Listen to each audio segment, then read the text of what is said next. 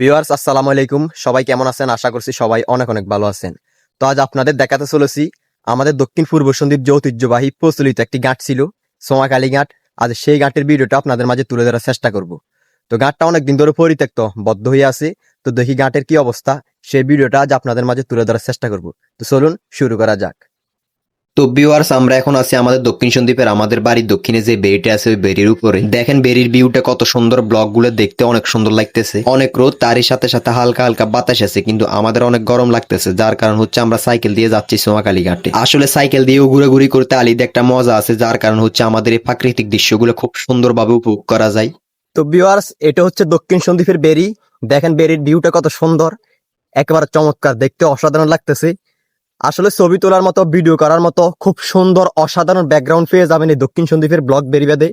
দেখেন ফরেস্ট অফিসারের লাগানো ফোফন গাছগুলো দেখতে একেবারে চমৎকার অনুভব হইতেছে। দেখেন কত সুন্দর ভিউ। এদিকে দেখেন ব্লক গুলো দেখলে আমার কাছে মনে হয় কোনো এক ইউরোপ কান্ট্রির পাহাড়ের মধ্যে আছি। তো অনেক সুন্দর।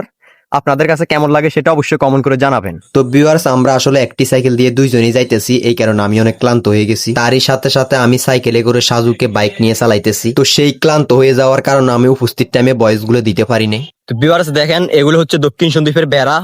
তো আসলে বেড়ার মালিকে কত সুন্দর করে বেড়ির উপরে বেড়াগুলোকে ঘাস খাওয়াইতেছে। তো আসলে অসাধারণ লাগতেছে, চমৎকার লাগতেছে। দেখেন কত সুন্দর করে বেড়াগুলো ঘাস খাইতেছে। তো এই বেড়াগুলো এই সরের মধ্যে লালন পালন করে, আবার সন্ধ্যা হলে ফিরে আসে এই যে এই ঘরগুলোতে নিজের বাসস্থানে। তো আসলে অনেক সুন্দর মুহূর্ত উপভোগ করা যায় দক্ষিণ সন্দ্বীপের ব্লক বেরিবেদে আসলে। আপনারা যাদের ঘুরের ইচ্ছা আছে তারা চাইলে আমাদের দক্ষিণ সন্দ্বীপের এই ব্লক বেরিবেদে আসতে পারেন ঘুরের জন্য। তো জায়গাটা অসাধারণ, আপনাদের মন ছুঁয়ে যাওয়ার মতো একটি জায়গা। তো আমার কাছে আসলে জায়গাটা অনেক ভালো লাগে, তাই আমি সবসময় আসি। আর বেশি আমার ফেসবুক পেজে আপলোড করি আমাদের এই দক্ষিণ সন্দ্বীপের ব্লগ বেরিবেদের দৃশ্যগুলা, এই প্রাকৃতিক সুন্দর সুন্দর দৃশ্যগুলা। তো আপনারা হয়তো এই ভিডিওগুলা শেয়ার করে দিতে পারেন আমাদের এই দক্ষিণ সন্দ্বীপের ব্লগ বেরিবেদের ভিডিওগুলা। আর সবচেয়ে বেশি সুন্দর লাগে দেখেন ফরেস্ট অফিসাররা যে গাছগুলো লাগাইছে, এই গাছগুলো কত সুন্দর, কত বড় বড় হয়ে গেছে। এই গাছগুলো কিছুদিন আগে অনেক ছোট ছিল, কিন্তু বৃষ্টির পানি পাওয়াতে গাছগুলো একেবারে বড় বড় হয়ে গেছে। তো অনেক সুন্দর লাগতেছে, একেবারে একটা পর্যটক কেন্দ্রের মতো হয়ে গেছে। তো আসলে আমাদের দক্ষিণ সন্দ্বীপের এই ব্লক বেরিবাদ এবং বেরির ভিতরে যে গাছগুলো, এগুলোর কারণে আমাদের এখানে একটা পর্যটক কেন্দ্রের মতো হয়ে গেছে। এটা আসলে অবাস্তবের কিছু নাই। তো আপনারা চাইলে আসতে পারেন ডিরেক্ট আমাদের দক্ষিণ সন্দ্বীপ কাজীপাড়া টেমাথা থেকে দেলোয়ারকা সড়ক দিয়ে একেবারে দক্ষিণে বেরির দিকে চলে আসবেন। আসলে পেয়ে যাবেন এই ব্লক বেরিবাদ এবং এত সুন্দর সুন্দর পোপন গাছ।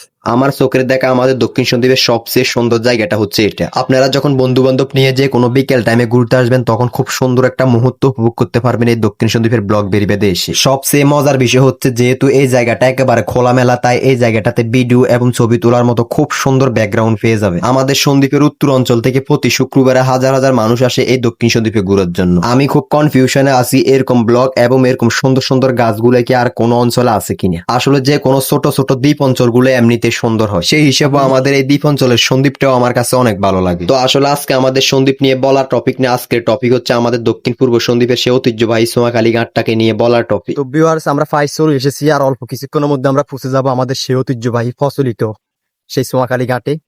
তো আপনারা ধৈর্য ধরে আর অল্প কিছুক্ষণ ভিডিওটা দেখুন।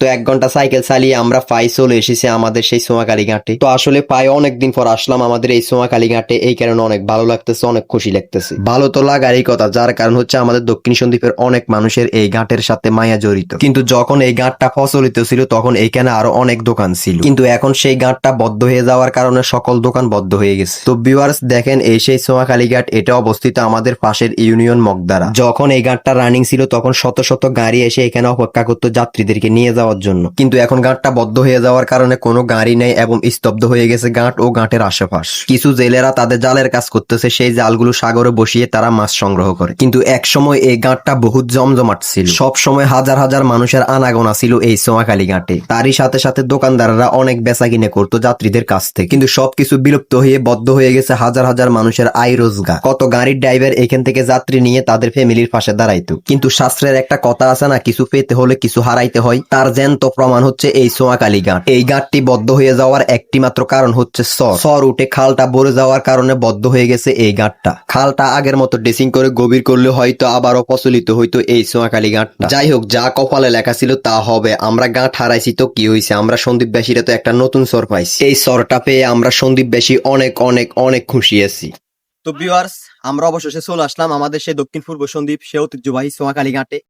তো আসলে ঘাটটা একসময় এই ঘাট দিয়ে দক্ষিণ সন্দ্বীপের হাজার হাজার মানুষ চট্টগ্রাম টু সন্দ্বীপ এবং সন্দ্বীপ টু চট্টগ্রাম আসা যাওয়া করতো, কিন্তু এখন সেই ঘাটটা পরিত্যক্ত ঘোষণা করা হয়েছে। তো ঘাটটা প্রায় 2015-16 সালের দিকে বদ্ধ হয়ে গেছে। এর ভিতরে আর কোনো নৌ যাতায়াত চলাচল করে নাই। তো আসলে আমিও একসময় ঘাট দিয়ে সন্দ্বীপ থেকে চট্টগ্রাম গেছি, আবার চট্টগ্রাম থেকে সন্দ্বীপ আসছি। তো অনেক মায়া হয় এই ঘাটটা দেখে। তো আসলে এই ঘাটটা যদি আবার প্রচলিত হইতো তাহলে আমাদের দক্ষিণ সন্দ্বীপের মানুষের অনেক সুবিধা হইতো। তো আসলে একসময় এই ঘাটটা খুব জমজমাট ছিল, কিন্তু হঠাৎ এই মহান রাব্বুল আলামিনের দেওয়া এই সরের কারণে এই ঘাটটা পরিত্যক্ত হয়ে গেছে। তো আসলে এই ঘাটটা কোনো ইস্যুর কারণে বদ্ধ হয় নাই। ঘাটটা আসলে একেবারে এই সরটা উঠার কারণে ঘাটটা বদ্ধ হয়ে গেছে। আর আমাদের পূর্ব দিকে আর উত্তর দিকে আরো বড় বড় ঘাট হওয়ার কারণে আমাদের গুপ্তচরা ঘাট, তারপরে দীঘাপাড়ি ইউনিয়নের এদিকে নোয়াখালীতে যাতায়াত করার যে ঘাটগুলো আছে এগুলোর কারণে তো আমাদের এই ঘাটটা একেবারে বসে গেছে। তো ঘাটটা যদি আবার প্রচলিত হইতো তাহলে আমাদের দক্ষিণ সন্দ্বীপের হাজার হাজার মানুষের অনেক সুবিধা হইতো। যার কারণ হচ্ছে এই ঘাটটা অনেক পুরনো। তো আমিও কয়েকবার আসা যাওয়া করছি সন্দ্বীপ টু চট্টগ্রাম, আবার চট্টগ্রাম টু সন্দ্বীপ।